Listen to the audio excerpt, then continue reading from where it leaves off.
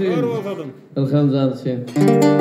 Kısmatımda yazılmaz ayrılık durmaz. Bu dünyada balık kuşum adetım varamaz. Bakır yağdım soğulup mıdam bolup kaç. Gözlerim kör olup görmedim seni. Ağay kör olsa da görmesedim seni. Ağay daş olsa da duymasadım seni.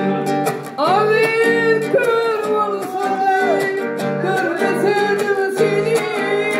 Ağay daş olsa da görmesedim seni.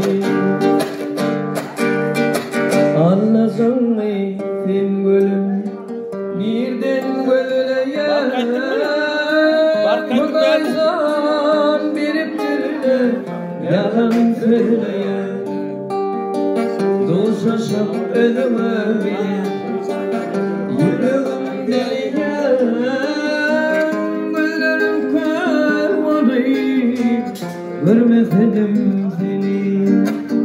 Ağay kör olsa da görmesedim seni.